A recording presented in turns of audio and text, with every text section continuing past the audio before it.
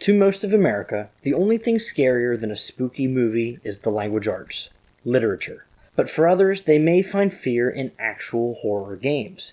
So finally, someone has found out that you can combine horror and language, and thankfully it hasn't been named Horrorage. So clearly I don't know what I'm talking about, but what I do know is that I've been playing Limerick Cadence Mansion by Janito Studios, which has released yesterday. By the point of putting this out, I was late. And if you want to play the game too, it's on Steam right now for a roughly about $25 base price of $29.99, 30 US dollars. And with that, you're going to get about 10 to 12 hours of playtime for the main story, plus there's a sandbox mode, which I didn't really mess with too much, but you can kind of tweak it in a bunch of different ways, and it's pretty self-explanatory. But for me, it was about 11 hours for just the main story, though. However, since you're probably here for a more in-depth review, I'd like to go ahead and break this down into my usual 4 categories: the story, the gameplay, the visuals, and of course the sound design.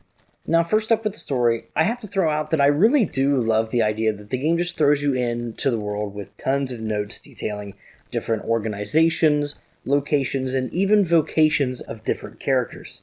It's undeniably a lot, but much like a Game of Thrones, it becomes more and more clear over time as you continue on. And with that being said, this is where I pulled a lot of the inspirations from things like BioShock with this society, as well as Control in a couple of interesting ways that I won't really spoil, but it makes sense when you play the story. But as for most of the actual storytelling, it is done through the notes that I've mentioned. To me, this isn't ever really a problem, as I feel like I've got a good patience for that sort of thing, but there are those that I think could take issue with this, and I think that's something that's really important to note. That being said though, as you make your ways through the mansion and the rest of the island, these notes provide great insight into both why the world is the way that it is, and also the outcomes to certain characters. There's even a splash screen when you find out what's actually happened to these characters when you read their final note.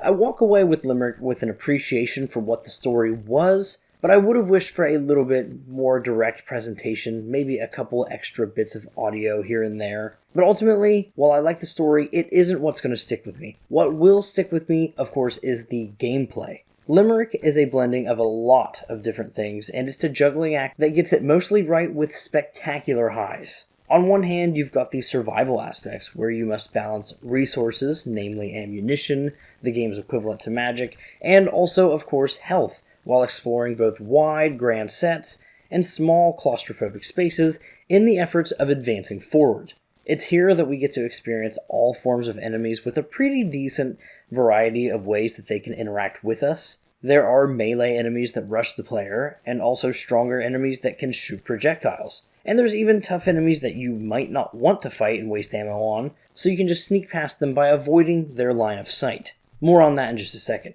Enemy designs, though, are pretty creepy, and the way some of them move are really good.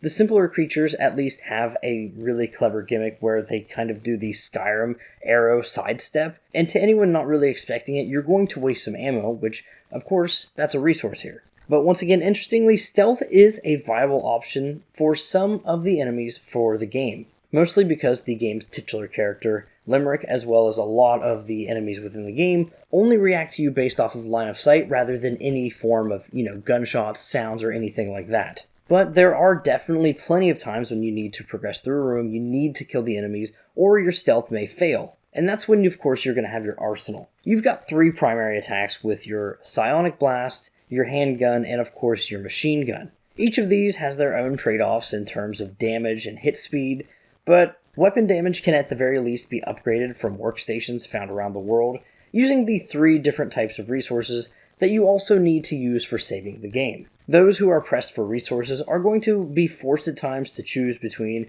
a new upgrade that could help you get through an area easier, or saving in certain areas. Now, of course, with any type of game like this, you can loot and you can definitely usually find what you need all the way around. I really did like this trade-off though on a base level, and how every aspect of the resource management ties into the main gameplay loop. Another overarching pillar of the gameplay are the puzzles themselves.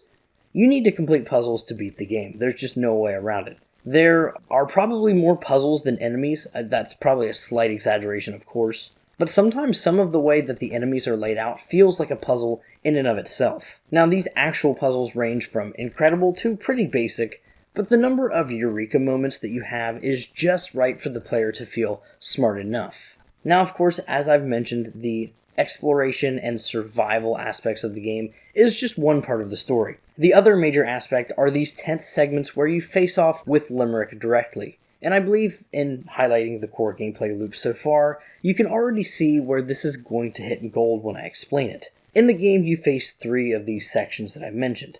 In that, on normal difficulty, you need to acclimate to these cramped environments where the game's titular character hunts you for his game. Your goal is to solve 3 puzzles 3 times, each all while trying to avoid Limerick's gaze. However, if you do get seen, you must run. Bullets can deter him for a time, but in the end, your true savior are the panic closets, a battery-powered elevator music player that also acts as a shell for you against threats. Now, while they are present throughout the game and they're a good way to heal, it's really here in these sections with Limerick that it's a culmination of all the gameplay coming together that makes it the most palpable horror that I have felt in a really long time. Imagine trying to solve a puzzle with your smooth brain, on edge waiting to hear your pursuer, only to have to run and hide somewhere that you must manually turn on every time. And when the battery runs out, you must also take that out and take it to the charging station, once again having to click and do that manually. And with that, I'd like to lodge my biggest complaint about the gameplay, and with that, it feels like everything just takes a bit too long. Holding E to interact with pretty much almost everything in the game, especially with the panic closets, is totally fine to me. But sometimes these interactions take too long for their own good. It isn't a major complaint, but after doing so for like 11 hours or so, it does start to rub me a little bit the wrong way. The other aspect of the game that I didn't really like that much, and is kind of intrinsically tied to these sections is by they always follow them, are actually the boss fights. Ultimately, the fights were pretty easy, which is fine, but an easy boss fight combined with the fact that the boss has a huge health bar really just makes it to a slightly dull experience. My one exception is that I really did love the final boss of the game, as it was also a great use of all the weapons and abilities you had learned up until that point. But whether it's the puzzles, the introductions of new enemies, or even story details, I believe the pacing of the game is incredibly well done, and would even dare to say that it has a good cadence. I'm sorry, I have to get at least like one joke in here. I have to feed a little bit of personality. I'm sorry. But finally, with the atmosphere and horror tones in mind, I'd like to actually move on to the visuals and sound for the game. Now, I really like the look of the experience overall. Environments look quite good. The wide breadth of materials and textures, from sterile wood to grimy stone, or even cold metals, they all act great as a foundation for these environments.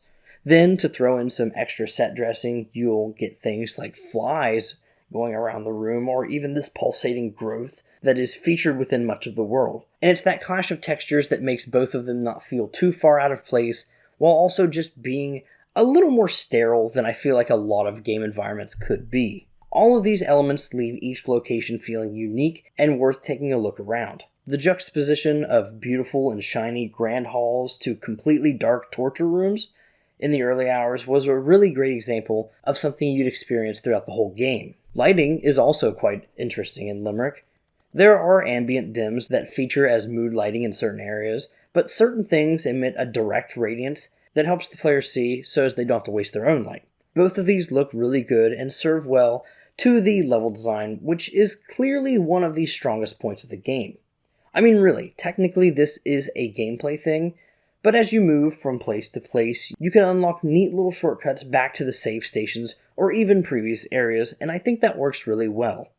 Unfortunately, the second half of the game sees the player kind of moving more in a straight line, but once again, that's just more of a reason to see cool places one after the other. Another thing that I think is almost a boomer shooter by nature is the game's use of color, whether that be the deep reds, the bright yellows, or even the combinations of green, blue, and purple in between. The game uses each of these to convey a certain feeling of tone or emotion throughout certain environments. Where it gets really interesting is that the ammo pickups and the different type of resources you can find are all color-coded in such a way that it's easy to see what you need within a certain environment to not waste time.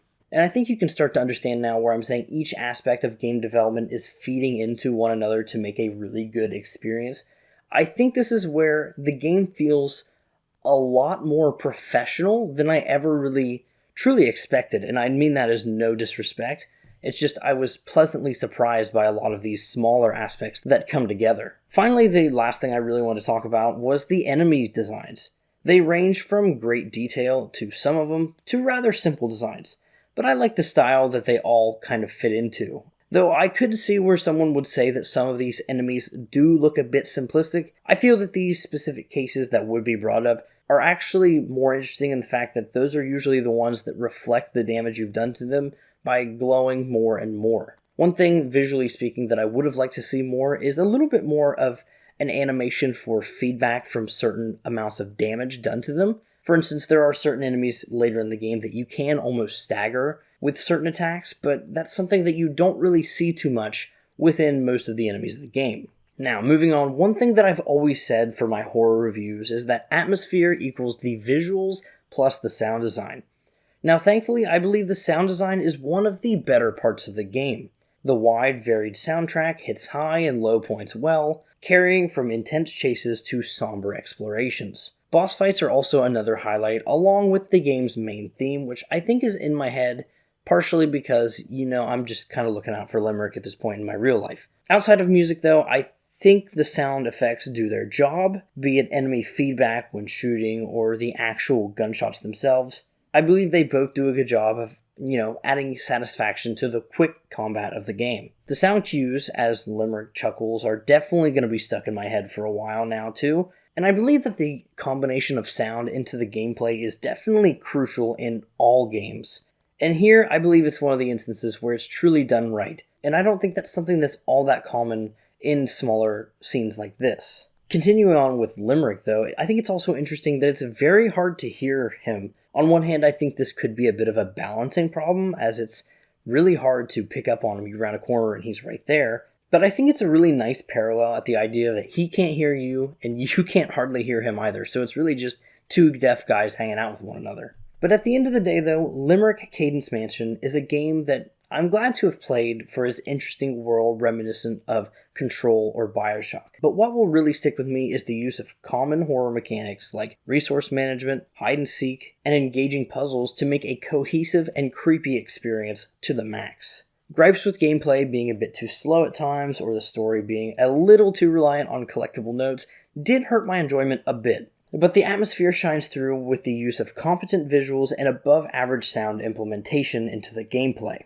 When all is said and done, I don't think Limerick is perfect, but it's provided some of the best heart races I've had in recent years, so I do think that your mileage will vary for the price. I believe most people will find the most value in a slight discount, such as the launch one that's going on right now for about $25. But once again, if this game interests you, and I really cannot sell enough some of these chase and hide and seek sequences as being absolutely terrifying. So if that's what you're into, consider checking out the game, and let me know if you liked it, or let me know if this review was helpful down below. Thank you so much for watching, and my name is Falling Hurts. I do videos like this. Look out next week for my next horror game review. It's a game that's also not out yet. So consider subscribing, and goodbye.